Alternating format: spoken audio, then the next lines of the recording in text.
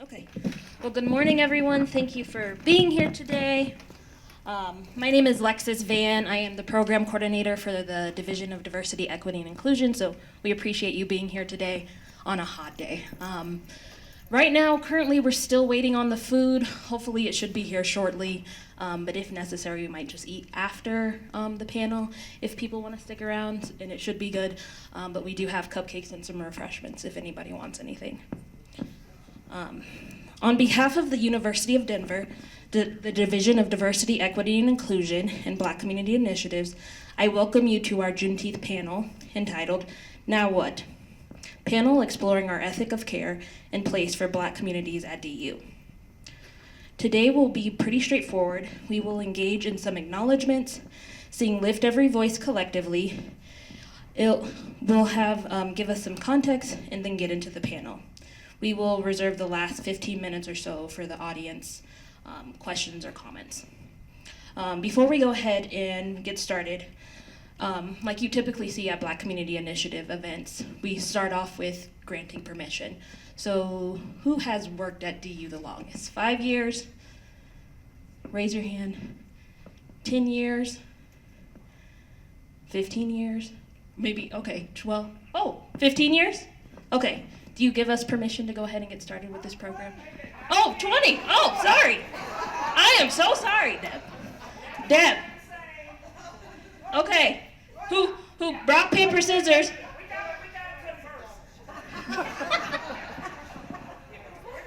We're good? Thank you, I appreciate it. As we begin all programs, we start with our land acknowledgement. Denver is home to many different citizens of indigenous nations, and we recognize their enduring presence on this land by paying respects to their elders, both past and present. Please take a moment to consider the legacies of violence, displacement, migration, and resettlement that bring us together today, and please join us in uncovering such truth at all public events. Now is the time to reflect upon and personally reconcile how genocidal acts against indigenous communities intersect with our learning, collaboration, and sharing of knowledge. Next, I will read the labor acknowledgement. I am also here to acknowledge the labor of my ancestors.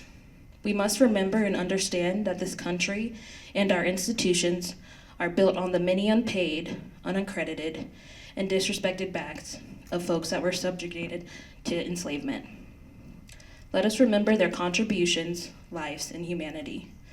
We will thank you for the things that we will never know, the cries we will never hear, and the courage it took to survive. We acknowledge the blood that was shed, the families broken, and the hopes and dreams of the slave. We acknowledge that those who made something out of nothing, and that we are closer to them than we really think. We honor Black lives taken too soon, Black brilliance locked up behind bars, Black bodies bounded up in systems, Black mental health terrorized by racism, Black trans lives cut short by ignorance. We denounce anti-Blackness in all its forms and seek to become intimately familiar with the taste of liberation for all, and with the importance that our breath is a reminder of our resistance and humanity. Take a breath with me.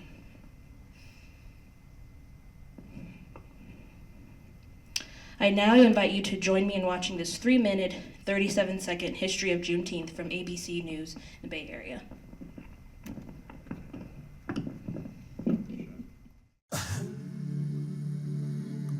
What is Juneteenth? Juneteenth is the oldest known celebration commemorating the ending of slavery in the United States. President Abraham Lincoln signed the Emancipation Proclamation, freeing enslaved Africans in the United States in 1862, and the 13th Amendment passed Congress, officially abolishing the institution of slavery in 1863. But it would take years for word to spread. On June 19, 1865, Union soldiers led by Major General Gordon Granger landed at Galveston, Texas, with the news that the Civil War was over and the roughly 250,000 enslaved people there were now free. The orders read, "The people of Texas are informed that in accordance with the proclamation from the Executive of the United States, all slaves are free. This involves an absolute equality of personal rights and rights of property between former masters and slaves, and the connection heretofore existing between them becomes that between employer and hired labor. The freedmen are advised to remain quietly at their present homes and work for wages. They are informed that they will not be allowed to collect at military posts and that they will not be supported in idleness either there or elsewhere. You might be wondering why it took so long to spread the word. General Robert E. Lee surrendered in April 1865, but Union troops didn't arrive until June. The Emancipation Proclamation only freed enslaved Africans in the Confederate States liberated by Union troops, and that didn't include Texas. Though slaves were lawfully freed, they were far from free. Many were even punished for trying to take advantage of their new rights. One former slave recalled seeing people shot and hanged after trying to escape to freedom, and another shared an account of being asked to work another 6 years and being whipped just like she was before. Even though the newly freed in Texas didn't receive the full benefits of freedom, they turned the day into a celebration. June 19th was coined Juneteenth, a blending of the words June and 19th. Every year, Juneteenth became a chance for people to get together with family members, measure progress against freedom, and teach rising generations the importance of self-improvement. They would read the Emancipation Proclamation, hear sermons, share meals, and play games. And many of those same traditions carry on today in Juneteenth celebrations across the country. Texas became the first state to make Juneteenth an official holiday in 1980. Since then, 46 other states and the District of Columbia have recognized Juneteenth as a state holiday or holiday observance. Although not a federal holiday, many global companies like Twitter, Square, Nike, and Lyft have made the day a company holiday in the wake of protests to end systemic racism sparked by the death of George Floyd in Minneapolis, Minnesota. Today, more than 150 years after celebrations began, June 19th is about remembering the past and moving toward a future that involves an absolute equality of personal rights and rights of property between former masters and slaves. Juneteenth, a celebration of freedom and the fight for its fulfillment.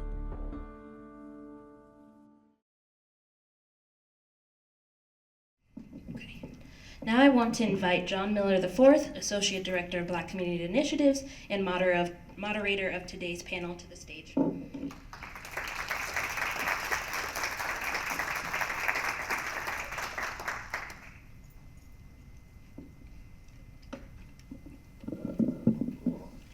Good. Are we still at morning? Good morning, everybody. Good morning, everybody. Good morning. Thank you. It's the day after Juneteenth, right? Like, hey, what's up? I'm good. Y'all good? All right. So before we begin, before I keep going, let's just take a deep breath. Deep breath in.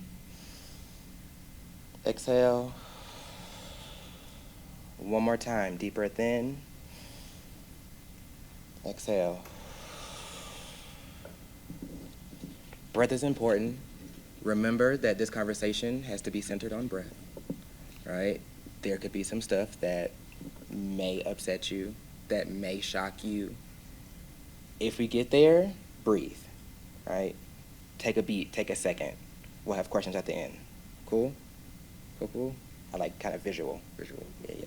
Cool, thank you. All right. Happy Juneteenth, happy day after Juneteenth, happy Pride-teenth for all of my fellow community members at the intersection. Yeah. What's up? I am John Miller IV. I use he, they pronouns, and I'm the Associate Director of Black Community Initiatives here at the University of Denver.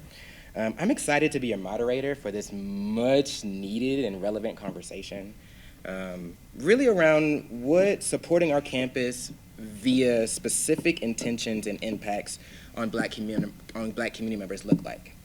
Right? We have a lot to think about if we were to look at all of our systems and the ways that we operate and how they specifically impact our Black community members.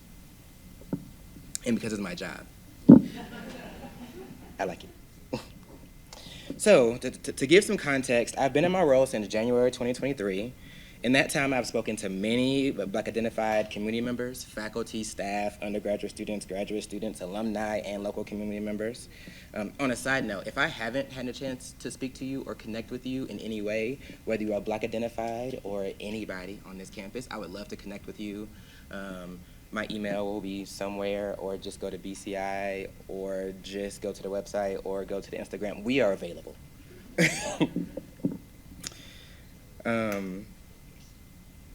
I have to say that all of these experiences that I've been talking to these folks about for the last year and a half,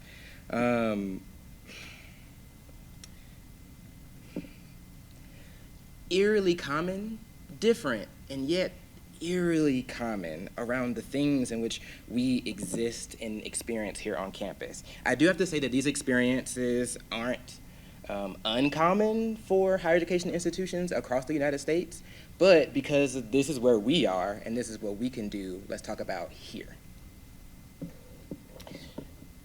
So in general, we have to draw a little bit of a connection, right? How does Juneteenth relate to DU? What does that then look like? How does this conversation framed?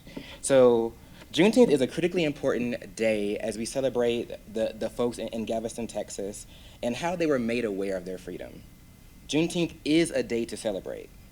And we must also recognize that due to the complexities of history, it is not the only day to celebrate. There are more than 25 other Emancipation Days across the United States. My last check is actually 34, but I think we're still kind of uncovering what that list looks like. These days are representative of the time between when freedom was granted and when the reality was made apparent-ish. The period between where we were and who we will be is what I call the meantime. So that's a little bit of the introducing in the meantime, right? And what does that mean? What does the meantime mean here? So what is ethic of care? Also a central part of our conversation. We're going to operate under the definition that the ethics of care are philosophies that emphasize the importance of interpersonal relationships and the responsibilities inherent in them. We're going to extend this definition to apply to organizational philosophies of care towards minoritized communities. These kind of ethics of care are critical frameworks that value empathy, compassion, attentiveness to the needs and well-being of others. Some key elements of ethic of care are emphasis on relationships, contextual and situational sensitivity, emotional and lived realities as an additional source of insight and motivation, responsibility and response, and grounding the realities of neutrality in relationship with power in the room. I'm fortunate enough to be able to be doing an archival dig around DU Black history. We hope that very soon to be able to create a more fuller timeline of what holistic DU Black history looked like, while also then collecting more Black history from our folks, some of us in the room and from our folks who have been here. I got a chance to meet a 70-year-old Black alum who that graduated for this master's in engineering, who still carries his diploma in his wallet, right? Like, we've been here, we've been doing this, and a lot of the narrative is that we haven't, and we're surprised that we are. So, in doing the archival dive, we are finding some powerful Black histories. Like, it was very likely that a Black student actually attended DU 8 years before our known student, Grace Mabel Andrews, did. So that's 1900. Is when our first, what is to believe our first Black student attended DU. Or how Black students hosted their own visit days to attract more communities to come to DU in the 90s. Literally, self-funded, self-raised, they planned it all in community with some strong faculty and staff advisors. The idea of this panel is partially informed by the requests that we've recovered from the 70s, from the 90s, and working with the folks today. A lot of these asks have been the same. Given that this space is uniquely white and the fact that there aren't many spaces that are culturally affirming, all the requests really wanted space, programming, equity and promotion, the compensation for the unseen labor, more professors and staff that look like them. And we have been actively working on strengthening the supportive systems in Black communities at DU for over 50 years. So I think this is a conversation about, okay, so where are we now? Where are we today? What's happening now? And then how are we looking at the future? So we are really kind of in a peculiar place. With our current challenges in supporting specific racial or DEI-related initiatives across the United States, we are stuck in a place where we have an idea of where we have been, we can feel where we are, and we are asked to aspire about where we're going. My question is, what about the meantime? Again, the meantime is the moment between here and then. We are asking folks to do, and we are asking them to tolerate the systems until we figure it out. So this conversation is one step into learning more about how we as a DU organization are strategizing care and place for our Black community members and creating spaces of understanding for our non-Black peers. We are here to talk about the meantime. So, with that, all that given, I would like to bring up our panelists. So, feel free to come up. Okay. I'm actually gonna, so in BCI space, I'm gonna introduce the clap again.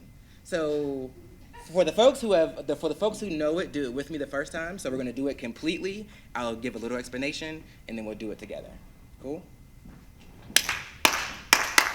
And you gotta do the The is where the love is, right? When everybody does the you can feel it.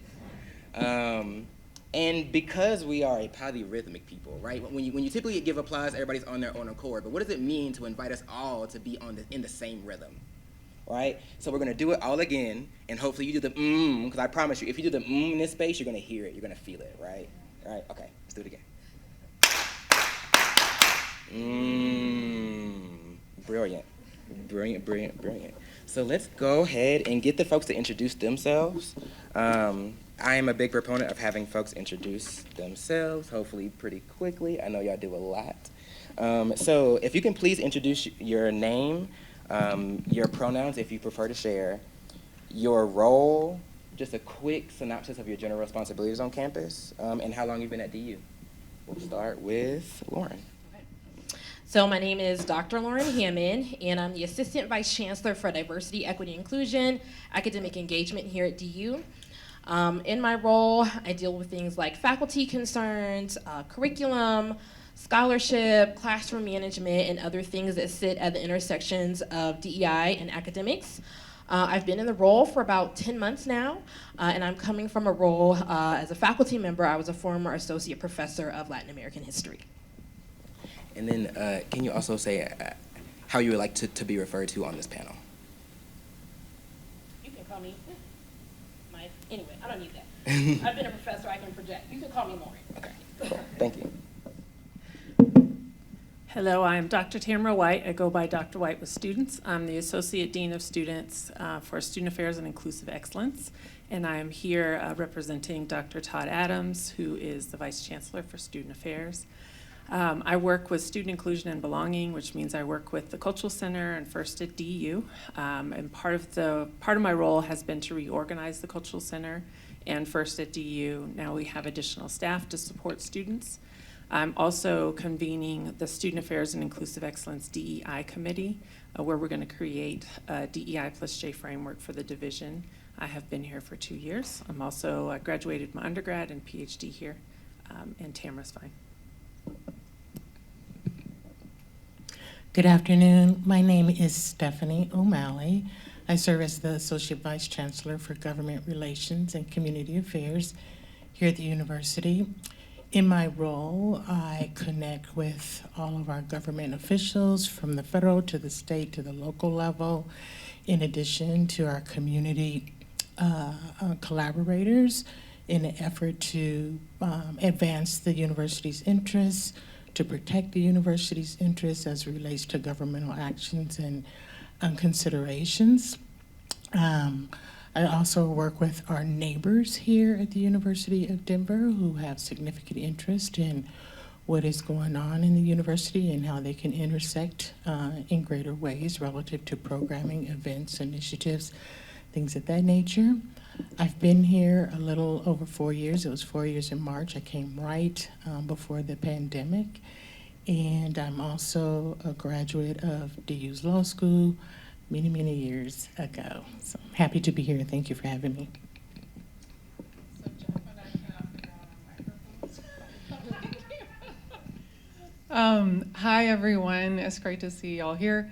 My name is Jen Bellamy. I am a professor in the Graduate School of Social Work and currently serving as Vice Provost for Faculty Affairs. The way that I like to describe the role is it's like sort of half throwing a party and half putting out fires. So the parties I get to throw are orientation for new faculty, including our adjunct faculty every quarter, get to celebrate promotion and tenure, and host a service dinner for faculty who've really contributed in important ways there, among several other programs that my office hosts. The other half of my role, though, is navigating a lot of different scenarios that are challenging for faculty members, maybe because promotion and tenure process didn't go well for them, or perhaps they're navigating some family needs that pushes them toward needing to take a leave or something like that. All kinds of different scenarios come to me, which is, I've come to believe this is like the perfect role for a social worker because we get used to that. But I also like to think a lot about systems and policies and places where we can prevent some of the more negative things that come to my office. And so I've been doing more policy work and process work than I would have thought coming into it. So I've been in the vice provost role for just a little over a year, but I've been here at DU for about 10 years now. Good morning. For a few more seconds, my name is Jeff Banks, he, him, and are y'all hearing me through the microphone? Okay, perfect. I'm the Vice Chancellor for Human Resources, and as we look at general responsibilities, that includes employee and labor relations, certainly our benefit structure, and ensuring that that is as strong as possible. We do a lot of work on compensation reviews and ensuring people are equitably compensated, and a myriad of other things. But sincerely, an advisor and a supporter to all here who are employed at the university, that's students as well, with support in that space. And then for sure, with the inclusive community portion of our HRIC office is the C+V, the Community Plus Values unit that supports a lot of programming to build community here at the university.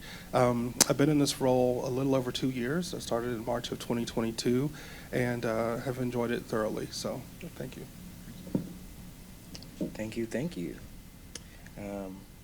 Wait, did I ever do like the second part of the clap, but we did it all together? I did? Okay, sorry y'all, it's hot outside. I've been moving stuff. Okay, all right. So the first question, and this is open to anybody, how do you define your ethic of care within the context of your leadership role and responsibilities towards Black community members at the university?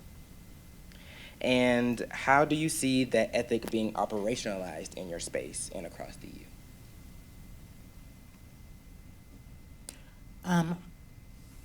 So in my role, particularly when it relates to proposals that come from our federal cohort, in our congressional members, all the way down to the local level, our state legislature, which just ended this past session, there are multitudes of proposals that are often put across the table in advance for consideration. And I, in my role, have an obligation and a duty to look at those things through the lens of not only the university as a whole, but I'm very sensitive as a person of color in looking at proposals to see how they may impact and affect individuals on this campus.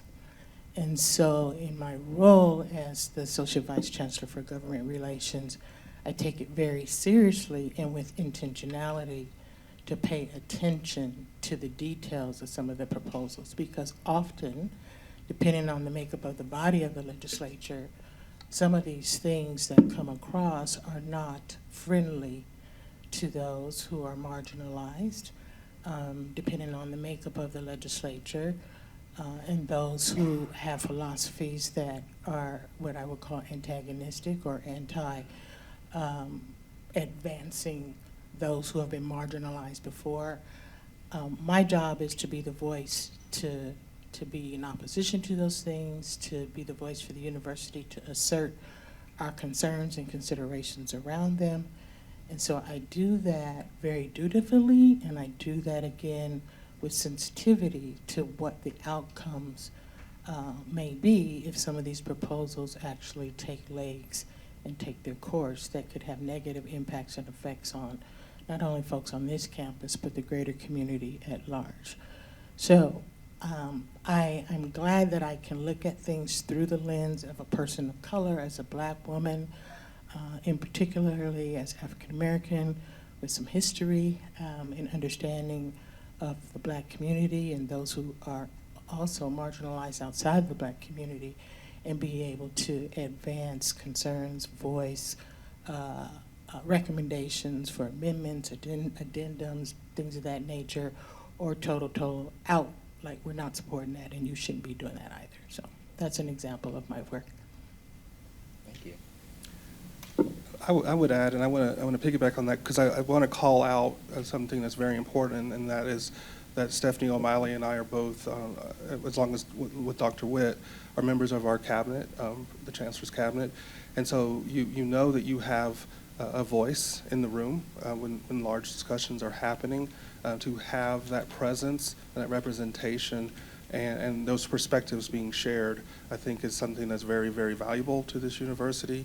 And again, to have those members of the cabinet at that level be representative, I think is quite an accomplishment.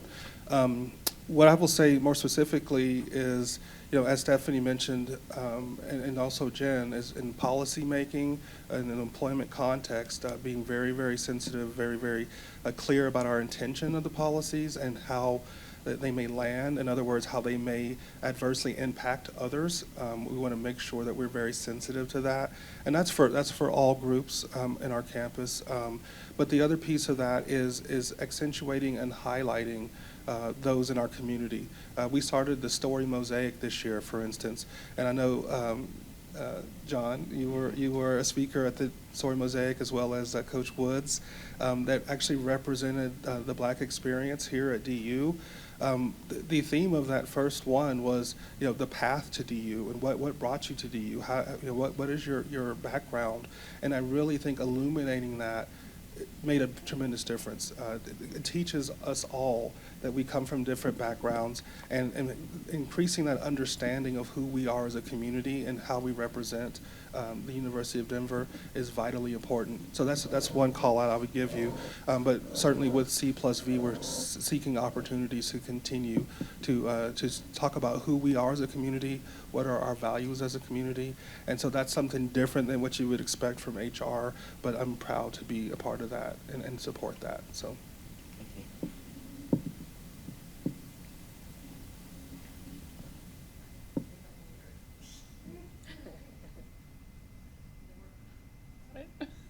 Thank you for trading, but then you got yours to work. And I'm sorry, I didn't share my pronouns earlier, nor how you could address me. So she, her pronouns, and please call me Jen. So kind of building off of what my colleagues were sharing, I think I've been thinking a lot about those policies and processes, and unfortunately more from a deficits lens, where I've seen things go awry. Some people have described you as being policy light, and unfortunately what I think sometimes that means, and I heard you, John, mention people saying promotion and tenure processes was a theme that came up for people, where we lack clarity, both in policies and the way that we communicate and mentor people in those spaces, I think that's a place where I see bias coming into the process. Unfortunately, then folks may have to come find me to try to address things when they've gotten really bad and had consequential impacts upon their careers. So I think working with my colleagues, I know Jeff and I have been working on some things. Lauren and I talk regularly. So in that meantime space that you described, how can we find ways to make improvements in these places where we know improvements are made and collaborate together? And then the other thing that was coming up for me in thinking about the ethic of care is just that relational piece again. And we're fortunate in some ways that DU's small enough that we can be very relational. And that is one of the things that I know from the coach data, so if you're not familiar, that's a faculty survey. That was one of the pieces that came up as a strength was the potential of relationships on this campus and how important that is, particularly maybe even more so when things aren't going well, that we have those relationships to support. Thank you. And John, if I could add a couple more things. Oh, I'm sorry, Lauren. Yeah, I'll just jump in briefly. As Jen mentioned, she and I partner together a lot, so I thought maybe I would follow up. So when I'm thinking about an ethic of care, I'm thinking about well-being and thriving, and how those things can actually be mediated through relationship. And so as I think about my role, I'm also asking myself questions. So questions like, well, what does well-being and thriving look like? And how can I maybe use relationship, right, or be in relationship as means of promoting those types of things, right? So I do a lot of things primarily, right, although not only with faculty. And so I'll just give a couple of examples of some of the things that I do. So when I think about well-being and thriving for individuals, I do a variety of things. And so that may be something like guest lecturing for a professor. So not only am I a Latin American historian, but I'm also trained in the African diaspora. And so if there are faculty on campus, right, often people of color, right, Black faculty, I'm able to do things like step in and guest lecture.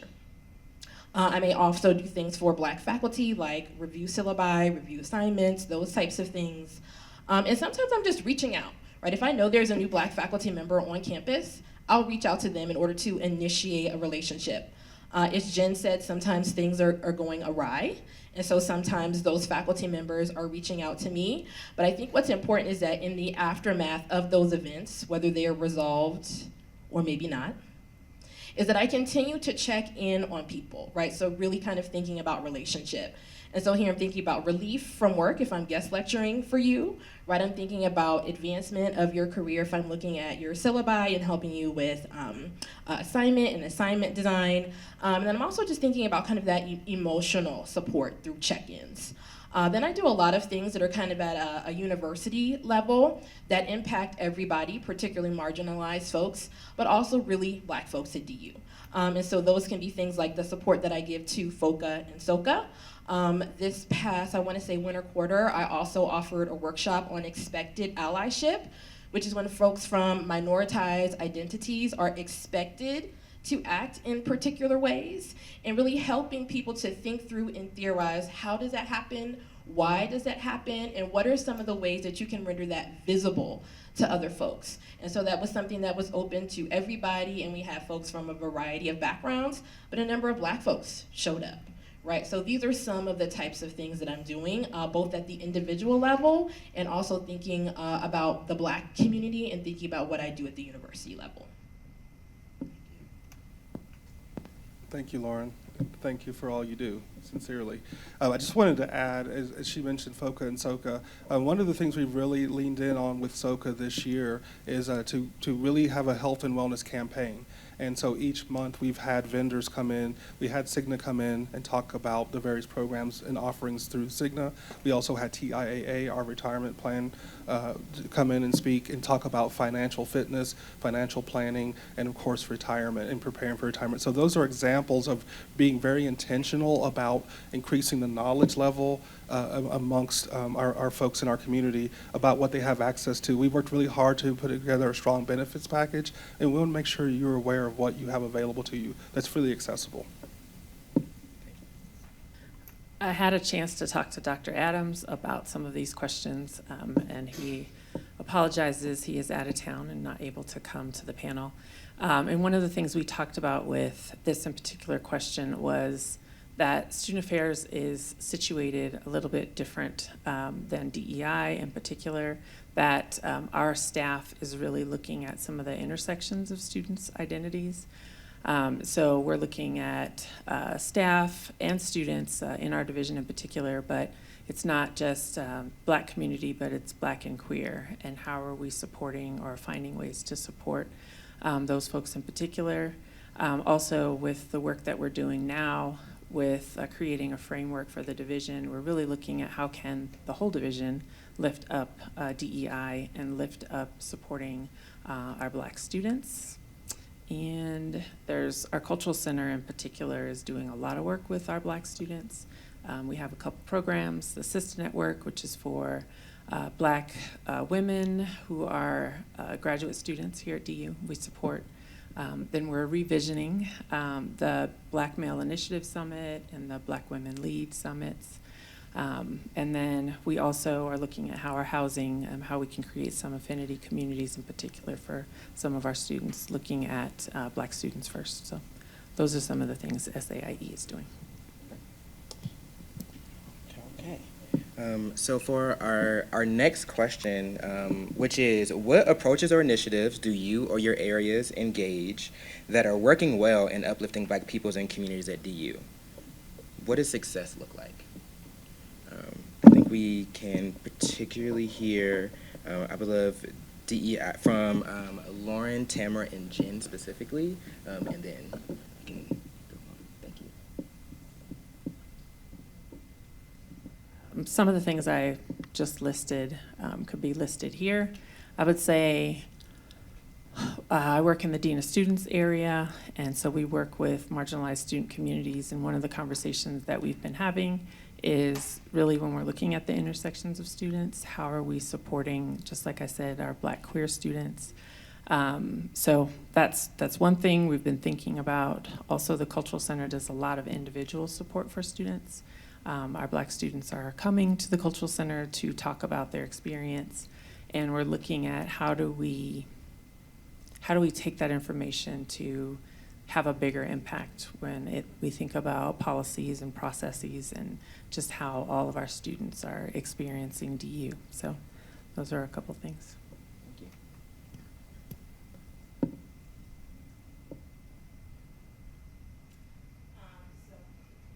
Hello? Okay, there we go.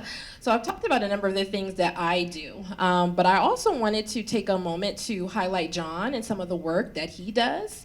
As our director or associate director of BCI, right? He is, round of applause. He's part of our division. And so like I said, I wanted to take a moment to highlight him and celebrate a lot of the work that he's been doing. So a couple of things. So one of the things that John does for folks who maybe are not aware is a scholarly show and tell. And that is an opportunity for Black folks to come together and really create both a social community, but also an intellectual community. And so folks have a chance to talk about their research, their creative works, any accolades or awards that they've won, and we really just get to kind of come together and celebrate one another. John does a wonderful job of thinking even about the design of the space and making sure that it is reflective of a globalized Black culture in terms of its sensibilities. He's also done a lot of work with Black at DU, which is an organization that is here that is for both faculty and staff. And it's really centered on thinking about, well, how can we improve upon the quality of the Black experience here at DU? And so he's done a number of things around organizational development, leadership development, community engagement, etc. He's also this year launched 2 new initiatives. And so those things include the Black Community's End of Year celebration. If any of you had a chance to attend, it was fabulous. And that was a great opportunity, again, for folks to just come together, to be together in community. But we did things like, and this importantly also included folks from alumni, right? So we had Black alumni from DU come in and participate, right? We celebrated students who were graduating. We talked about leadership transition, so who's going to be the new leadership for Black students. Alumni welcomed those who were graduating into a new community, and we also just had a chance to really just be together, and I say we, right, because I was there. And the last thing that I'll mention is that he is working, right, with others here at DU, particularly in student affairs and inclusive excellence, around the creation of a Black floor, right, as a possible opportunity, which will allow Black students a chance to really find community. But it's not just about community. They'll also be producing community-based scholarship, right? Things that will impact folks here at DU and also in the larger Denver community. So these are some of the things that John has done that are wonderful. And again, like I said, I want to lift him up and celebrate him and his efforts. And just note that as a Black woman, right, I'm part of that community. And so I do have a 3-year-old, but whenever I can, I am present and I love to hang out with you all. Yeah.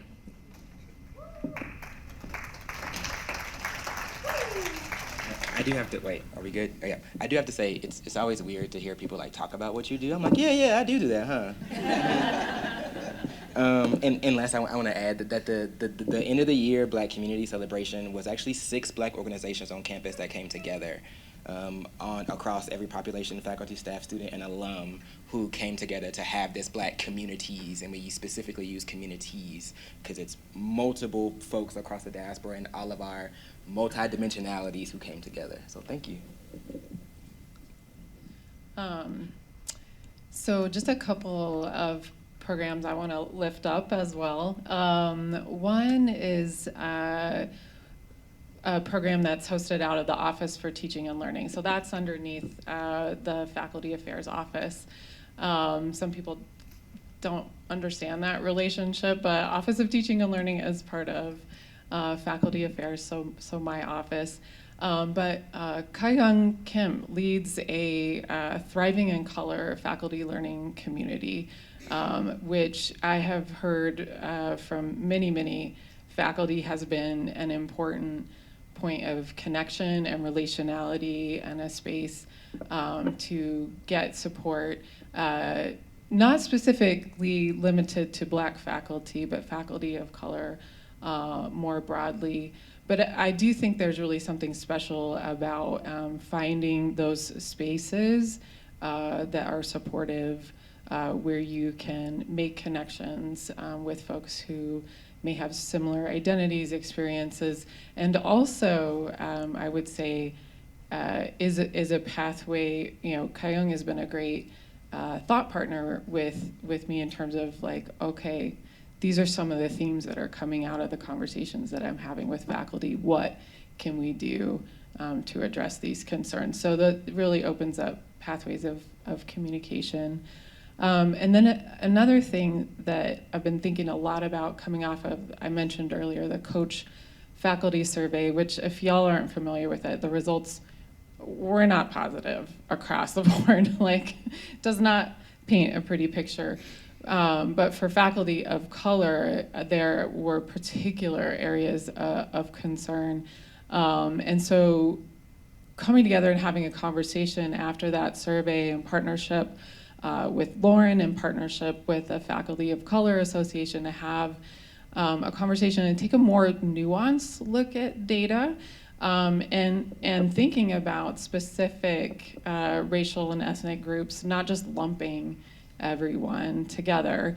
So we were looking carefully at patterns and how folks' experiences really shift, not just by race and ethnicity, but intersections around gender and where folks are at in their career trajectory. So how can we use that as an opportunity to have a much more nuanced conversation about folks' identities, and likewise the programs, the supports, the policies, the mentoring opportunities that would likewise reflect that broad array of experience. Thank you. I can, so for Stephanie and/or Jeff, can you focus on the what does success look like part of the question? That's a very tough question. Because from my perspective, we have this perennial discussion for many, many, many years, and the film that we watched in advance of starting this program today was a significant reminder of where we've been, but yet where we still have to go. What does success look like? I think success here at DU looks like our communities feeling as though they are a specific integral part of this community.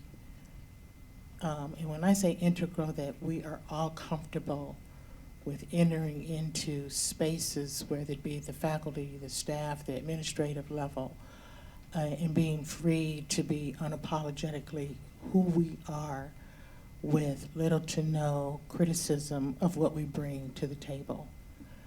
I find that to be a challenge not only in this space, from again, a Black woman's perspective, but also out in the world.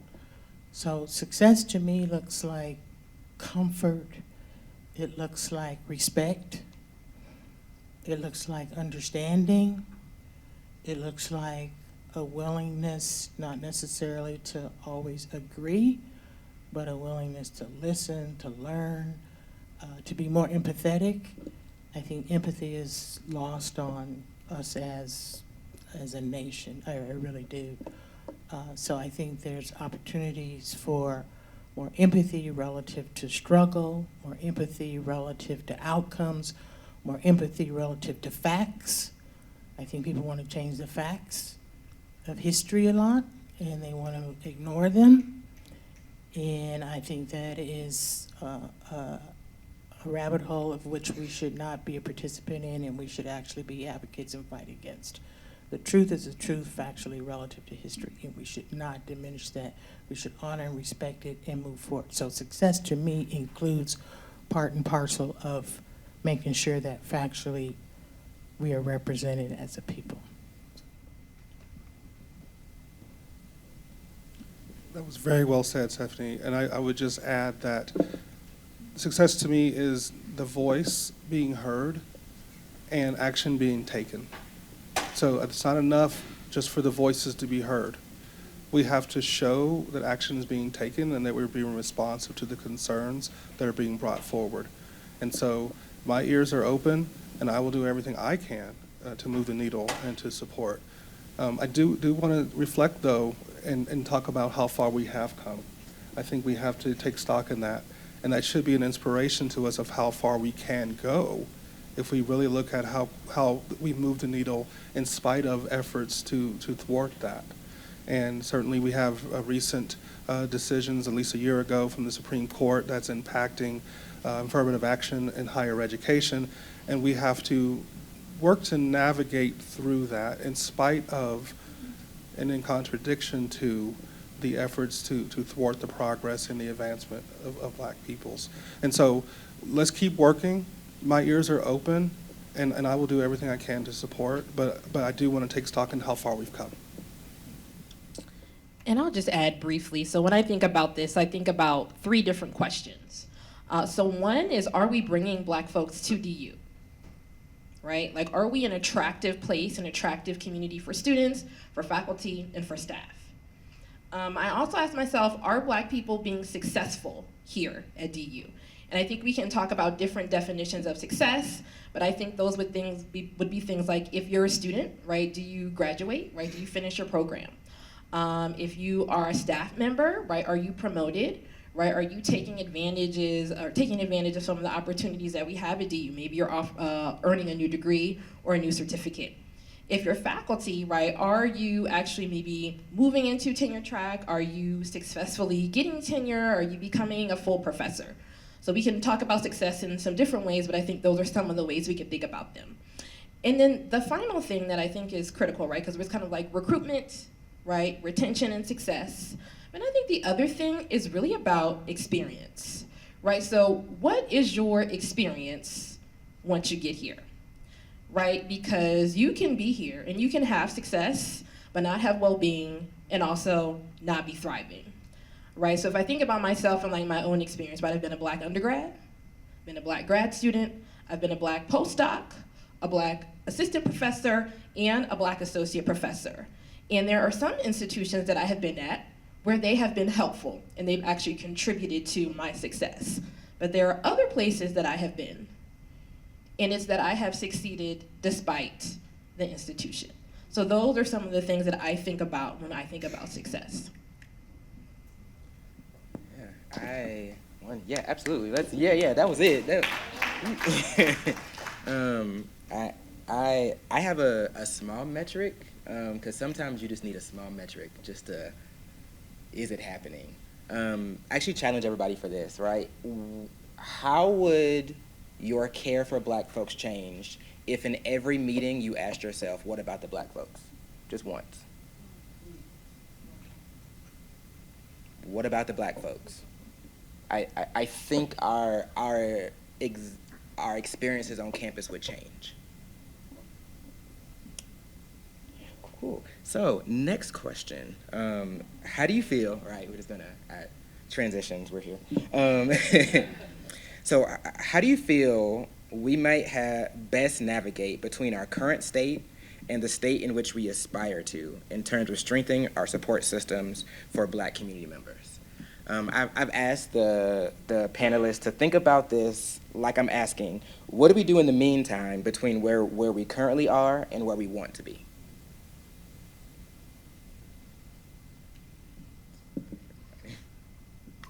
Well, one, I would say we don't shrink. Because it's easy to get frustrated and just kind of go in our own spaces. But as a collective, I always believe that there's power in a collective and that there's energy in a collective. So what do we do in the meantime? We continue to be a voice for ourselves on this campus. We continue to advocate for change on this campus relative to a lot of the deficiencies and the gaps that are clearly identified. I mentioned earlier I was a law student here back in the 80s, late 80s, and the discussions that we're having now, we're having then. And I would hasten to believe what would have happened but for the discussions continuing. So continuing to lean in, continuing to come with, and John and I had this discussion earlier this week, I think coming with specifics often helps rather than generalities. And when I say coming with specifics in terms of what are those things that truly can be measured as a metric relative to movement on this campus as it relates to Black students, faculty, and staff. How are we feeling? What are we doing? How are we being successful? And if there is room for improvement in those areas, then what is the commitment that we can bring in terms of solutions to having the dynamics of those statistics change?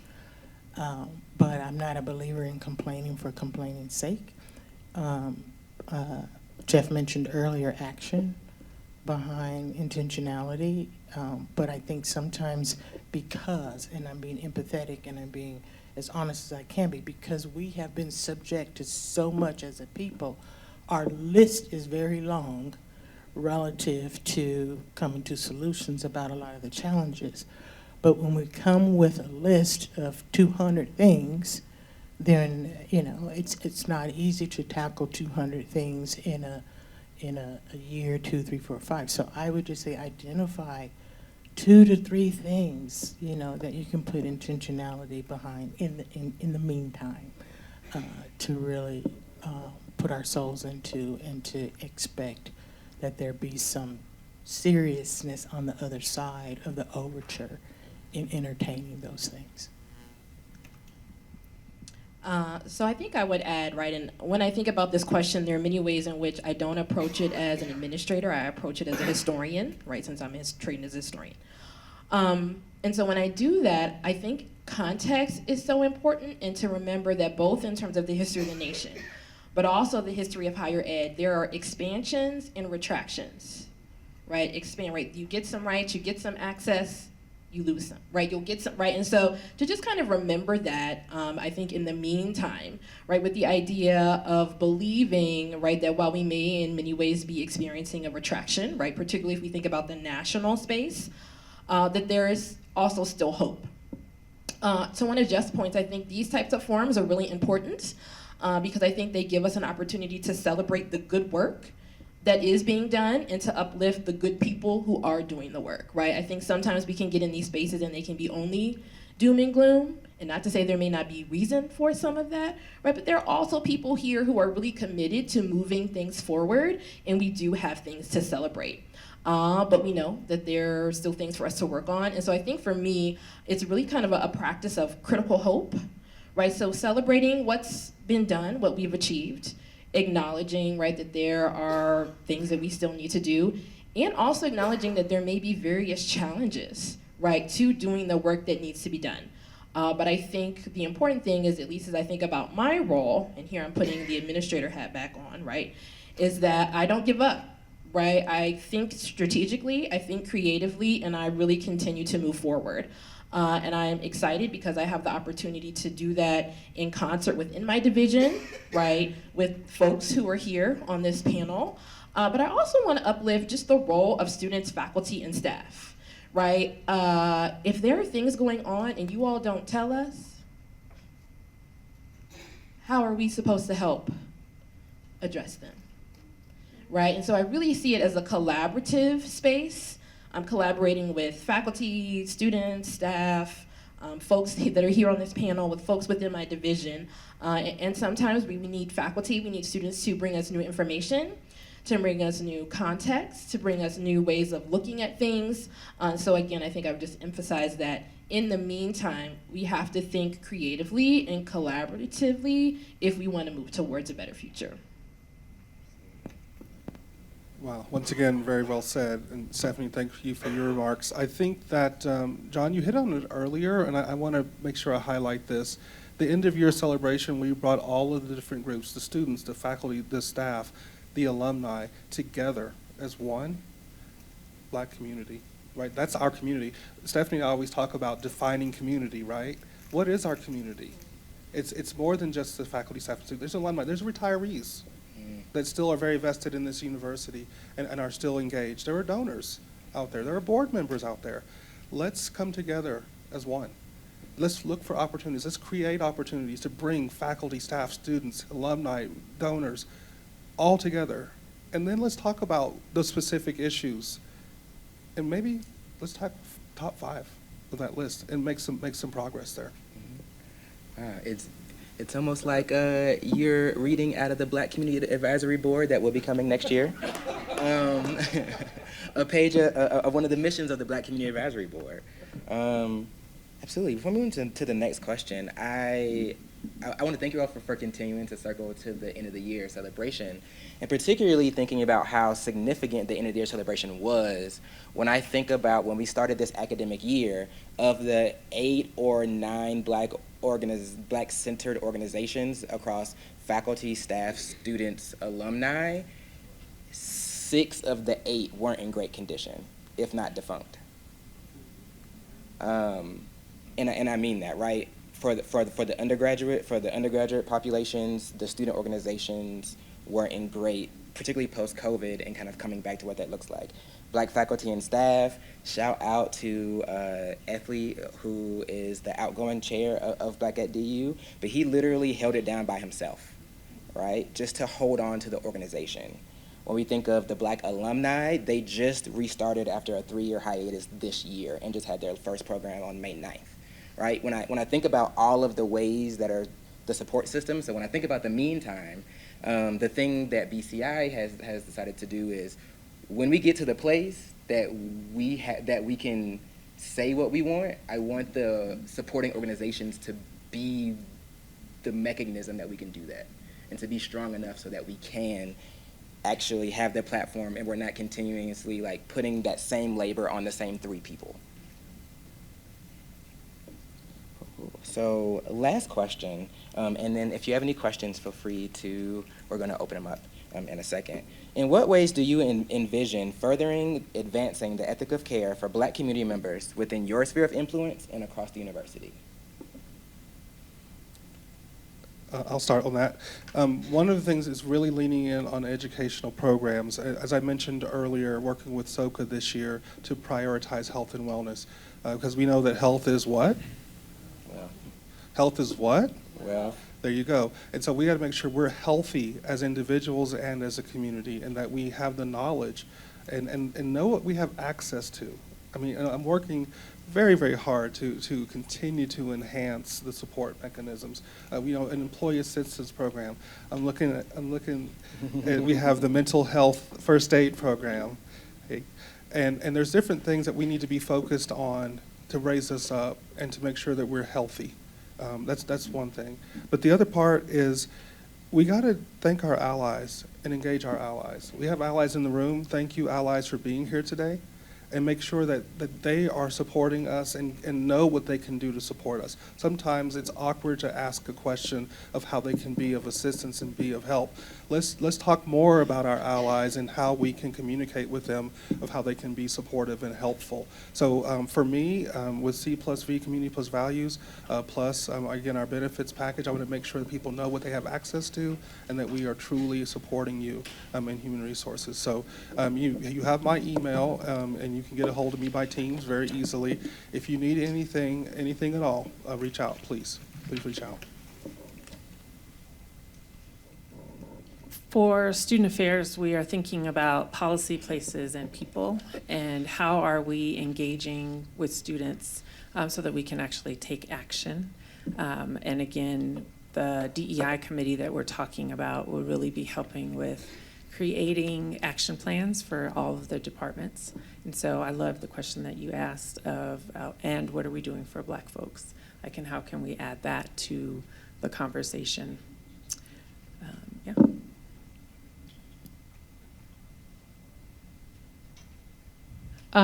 First, want to actually build on some of what Stephanie was saying about data and being specific and keeping an eye on progress through measures. You know, what would it look like? How will we know that progress is being made? And how can we put that out in our broader community so we're paying attention to it more regularly?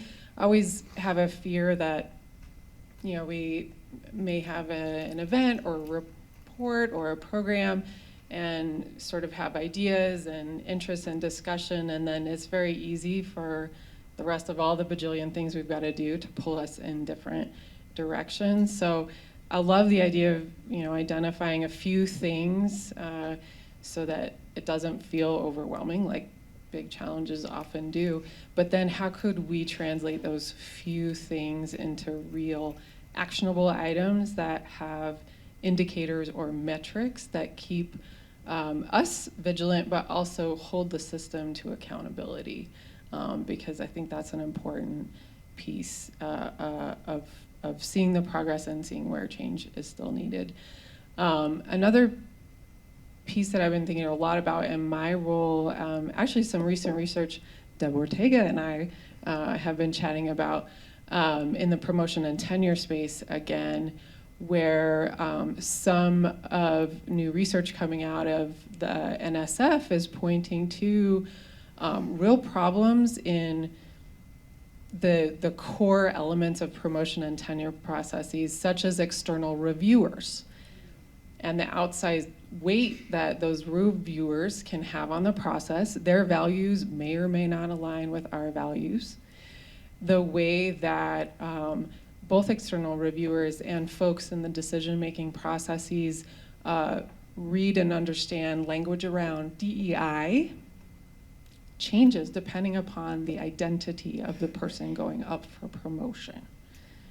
So I think sometimes know them through experience, but then to see these data pointing in those directions, how can we translate that? So Deb and I are talking about bringing an expert here to DU to bring that information to our community, but then how can we go further and translate that into practices, training, policy, so that we're protecting our community from harm. So I love the specificity. I love when we are making intentional commitments, because I do think that is part of what's needed to move forward.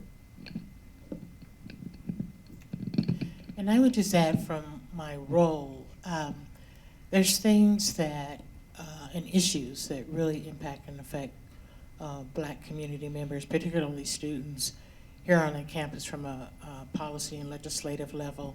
For example, FAFSA is a big one. The whole FAFSA debacle, and let's just call it what it is. I see my friend John over there who would agree with me. You know, really holding the Department of Education accountable for that debacle and having them to be made to understand the downstream effects that that has on a community like the Black community or marginalized communities at this university. We've been in touch, of course, with our congressional members, our U.S. senators, about, you know, the need to not have this happen again, and being very forthright relative to what we've seen as a result of the debacle as it relates to the interest and even the ability to consider DU as an institution for attendance. So that's part and parcel of my role. When you think about things like the definition of harassment, that was a big piece of a proposal in changing and expanding the definition of harassment. Why would we want to lean into that as an institution? Because often on any university campus, including DU's, there are examples of widespread harassment of certain demographics of individuals, and we want to ensure that there's protection relative to that kind of behavior. And so leaning in on proposals like that.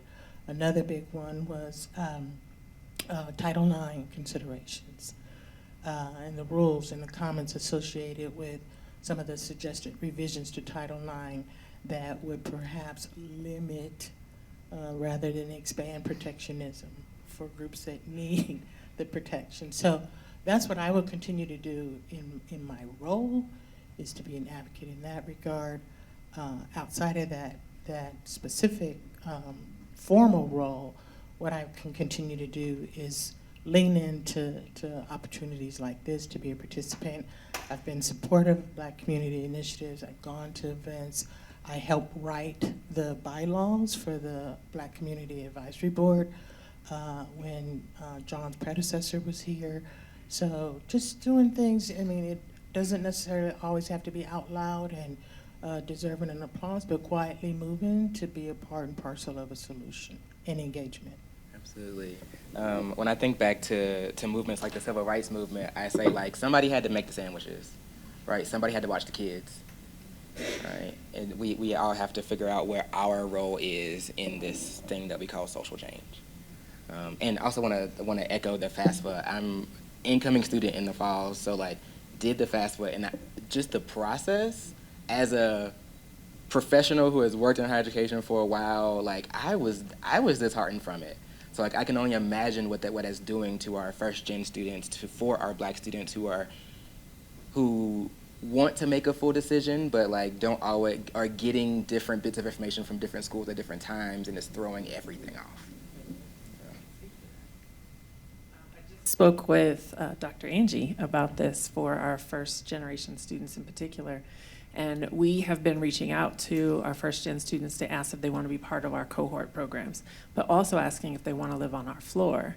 And the impact of FAFSA has been that they haven't been able to make decisions because they don't have the information that they need to be able to say, yes, I can afford DU, or no, I can't, which is going to impact their experience. Can they be part of pre-orientation? Can they be on the floor? So yes, a very big impact. Thank you. Anybody else for the last question before we open it up? Are there any questions from the audience? Are there any questions from the audience? If you can.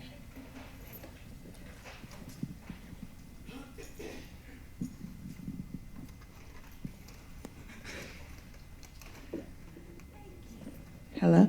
Hello. Specifically with regard to student services, I'm just wondering if there's any, I know our students go through an extensive amount of orientation.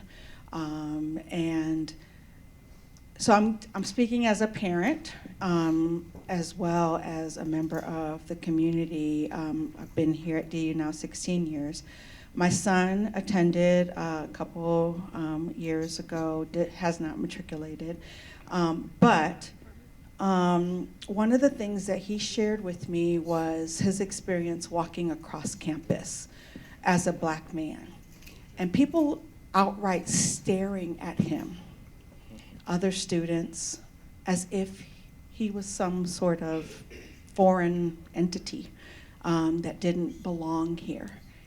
And I'm just wondering what is being done at the student orientation level in terms of educating our white students, our students who are not students of color, about interacting with and humanizing their peers, so that DU has historically been known. My husband grew up, he's basically a native, grew up blocks away from here and did not consider DU an option for when he was at his time, because DU has historically been known as an institution of, where the rich white people go to ski, right? And in a lot of ways, here we are, 2024, and it's still, perceived, I think, as inaccessible, right, because of different things. Michelle wants to add on to my question, apparently, so I'm gonna let her do that. Yeah, so that's my question. What's being done? Yeah, I'm just gonna add on, because my son graduated from here, 10 years ago, and I'm at the graduate school of social work with Jen. And I remember one day I was bringing him to school, and he said to me, "Mom, the only time I hear anything about inclusive excellence or diversity is when you're talking about it or when you're with your social work folks." And he gave me, several examples, and I know it's been a while, but I piggybacking on that as a parent of a Black male that went here. What are we doing? And I know, Jen, this is on your heart, but what are we doing to help this experience of these students in the classroom and when they walk across campus? I agree 100% with Nancy. Thank you for the question. I think I have a couple responses. We can do more. That's the first. Our new student and family programs has been talking about what are we doing during orientation, during discoveries, to talk about DEI. How are we doing that before students get to campus? And they actually have webinars that students go through, and there's like one every month, starting in May. And one of them is around DEI, one is around student inclusion and belonging. And we do that because we want them to understand what our priorities are, what our values are before they get to campus, so before they get to discoveries. So that's one thing that what they've been doing. The other thing that I thought of as you were talking is our social justice education, and how we've worked really hard this year to really market to white students, to really market towards our marginalized, our majoritized students. And how can we help them to understand DEI, microaggressions, and Dr. Kassoon has done a really good job of increasing the amount of students that have gone to those things. And part of that really is thinking about who's the audience and how can I get them to understand that this is important to them. The other thing that you made me think about is our pre-orientation programs. We have eSTEM, first DU, and now Eli coming back online. And one of the things that we focus on and think about with those students is helping to prepare them to be on this campus with majority white folks. And one of the things that we talk to them about is pre-orientation is really nice because it's just you on your floor with other folks that look like you. But please know and understand that when discovery starts, you're not going to be the majority. You're going to be in the minority. And what is that like? By having other students who've gone through it come and talk about what that experience has been like. So one way, trying to prepare them for the experience. The other thing that you made me think about is that Rachel and I have been talking about what do the numbers look like and how are we letting folks know about the numbers of how many Black students are coming in, but then how many are leaving, because that's not being told, I think, as much as it needs to. And part of that is their experience. And we are, because we have staff now in the Cultural Center, we're gathering information about that. And we need to think about how do we use that to improve the experience of all Black students on campus. So that's where we are right now. I'll just add a little bit. So it's interesting, right, to think about this question from someone who is now an administrator, someone who's been faculty, and then of course also someone who's been a student. And you know, the sad thing, maybe going back to one of Stephanie's points, is that this is unfortunately not new, and it's not just a DU thing, right? I went to the University of Virginia as an undergraduate and experienced the same thing at times. But one thing that I would say was maybe different is we managed to build critical numbers amongst students. And so in terms of getting back to Dr. White's point, right, if we are thinking about how can we build and strengthen the number of Black students here on campus, I think that that will play a role, because there's a way in which having that community can almost act as a safe place or a harbor, right, for you to have the opportunity to go back to at the end of the day. The two other things that I might mention that have to do with faculty and curriculum. So the other thing is, what does it look like to have more Black faculty in the classroom?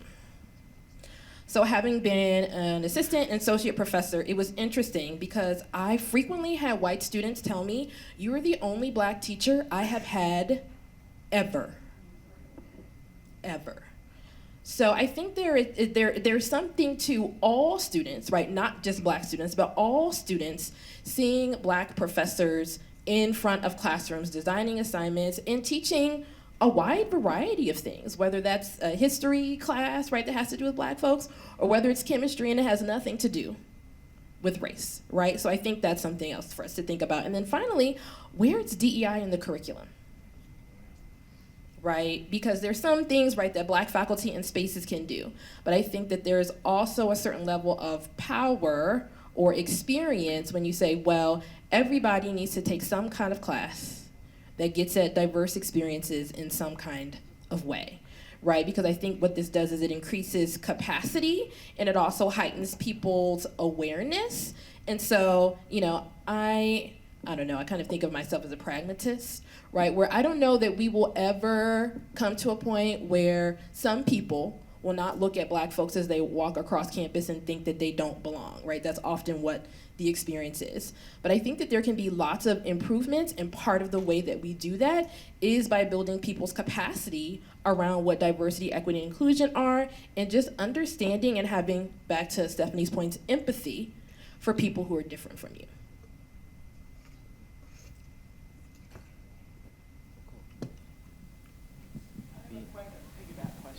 If we can get one response for the question. I know we're almost wrapped up, so I just want to, but you can still ask it.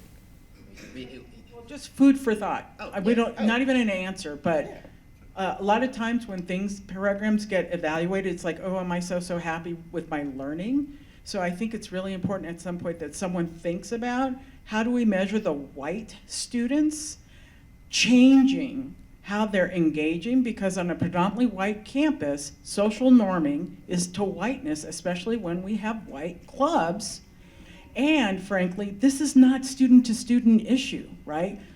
Right? Like, faculty of color and intersectional faculty are every day told that they don't belong here in a number of ways. And our perspectives, for instance, the issue about guns, are not taken seriously. And since we're a numerical minority, our power is sucked up, right? So basically, the people who have the most power are the people who are the most numbers that represent the people who actually are really dehumanizing of us.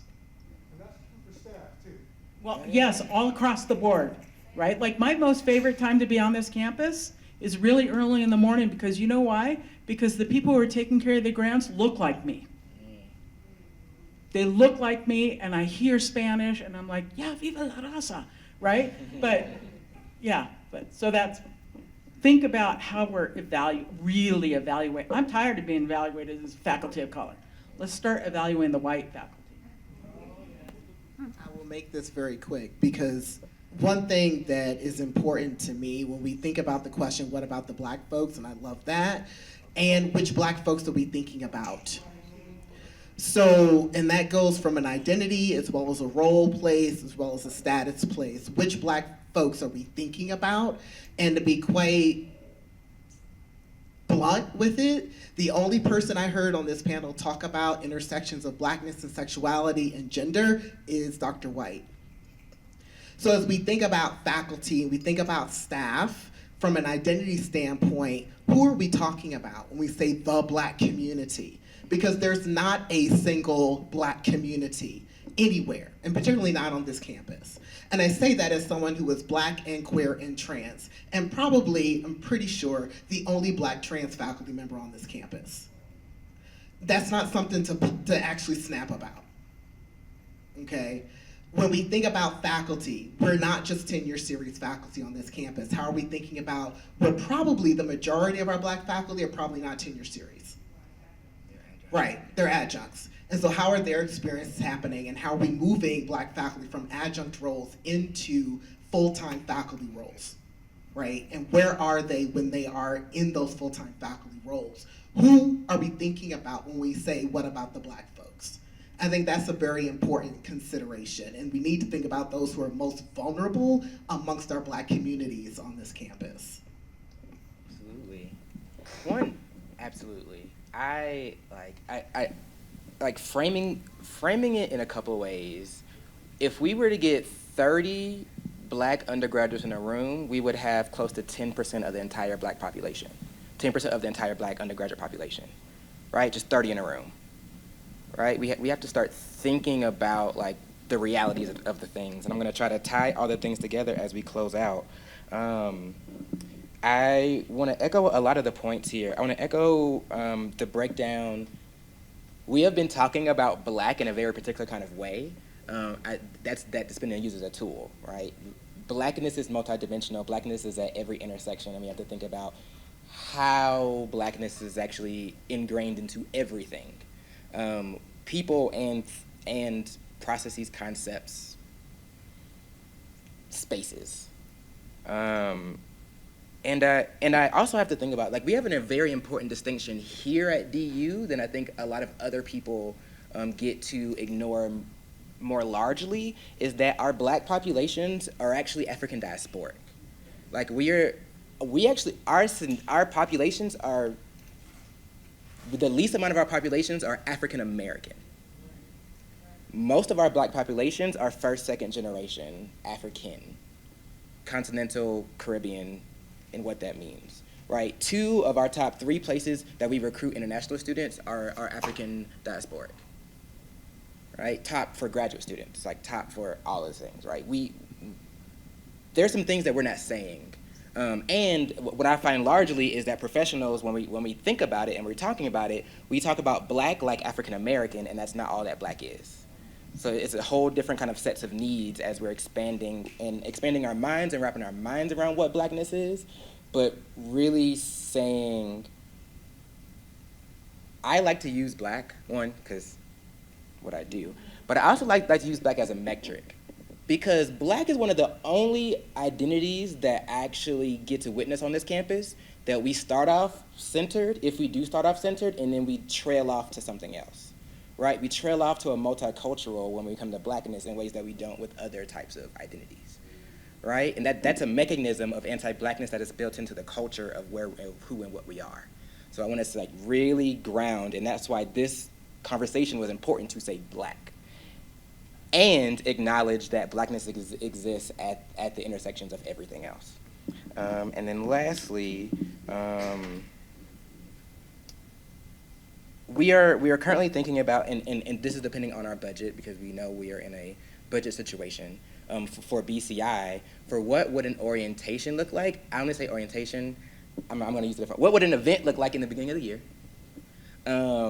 Because we noticed that our needs from students, faculty, and staff, because of the makeup, a lot of them don't quite understand the context of what it means to be black in America, right? What does it mean to be black in Colorado? What does it mean to be black in Denver? Because if you just came here from somewhere where blackness wasn't really a thing, and now all of a sudden you are here and you're black, what does that mean, right? And that could be life or death for a lot of us.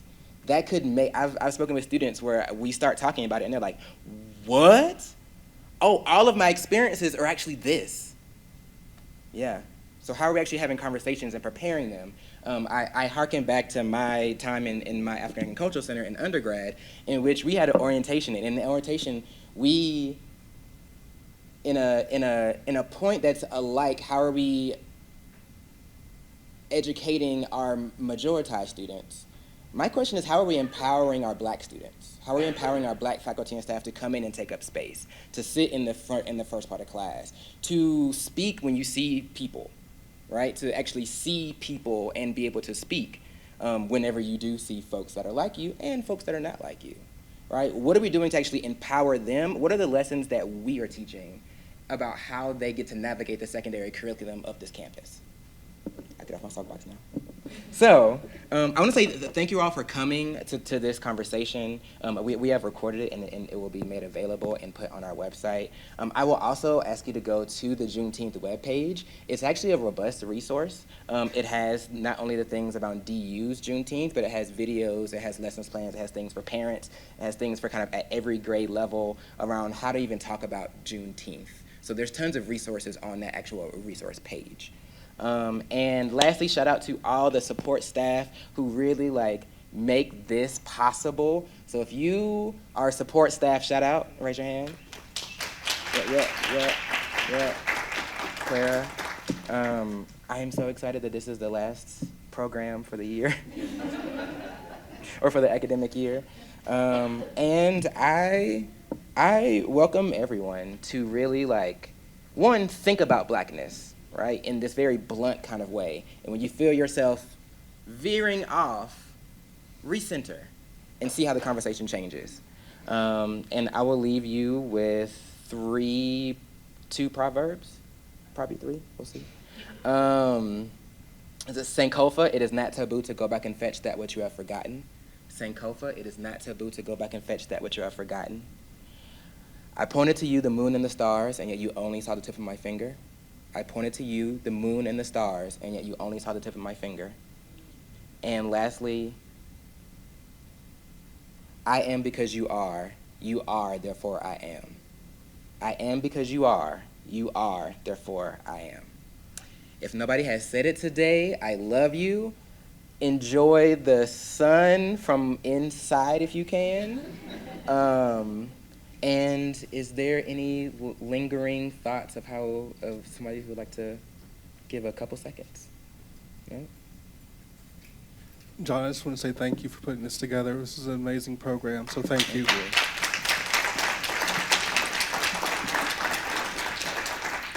Thank you. All right, protect your magic. Grab food. Really, grab all the food. We also have to-go plates in the back. And have a great day.